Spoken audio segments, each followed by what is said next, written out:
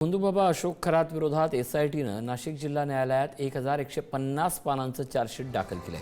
पहिल्या 2 गुन्ह्यांमध्ये हे दोषारोपपत्र सादर करण्यात आले। पहिल्या गुन्ह्यात 750 तर दुसऱ्या गुन्ह्यात 450 पानांचा समावेश आहे। 17 मार्च रोजी पहिला गुन्हा दाखल झाला होता। नियमानुसार 60 दिवसाच्या आत चार्जशीट दाखल करण्यात आले। या प्रकरणाच्या तपासाकडे आता सर्वांचं लक्ष लागलं।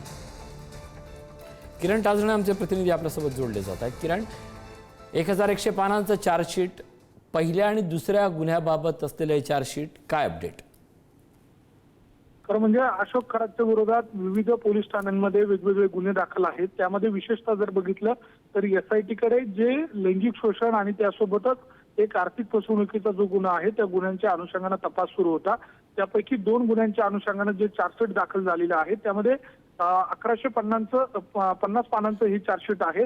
आणि या सगळ्या पार्श्वभूमीवर एसआयटी कडनं जो तपास करण्यात आलेला होता, 60 दिवसांच्या आत चार्जशीट दाखल करण्याचा कालावधी देखील निश्चित करण्यात आलेला होता। आणि त्या सगळ्या अनुषंगाने नाशिक न्यायालयामध्ये हे चार्जशीट दाखल करण्यात आलेलं आहे। यामध्ये लैंगिक शोषण आणि त्यासोबतच आर्थिक गुन्हे शाखेच्या माध्यमातून जो तपास केला गेलेला होता, एसआयटीच्या माध्यमातून जो तपास केला गेलेला होता, त्या सगळ्या दृष्टीनं त्या बाबी यामध्ये नमूद करण्यात आलेल्या आहेत। आता ज्या वेळेला ही संपूर्ण केस चालवली जाईल, ट्रायल होईल, त्यावेळेला या सगळ्या चार्जशीटमध्ये नेमकं काय नमूद करण्यात आलेलं आहे हे या सगळ्या काळामध्ये समोर येणार आहे।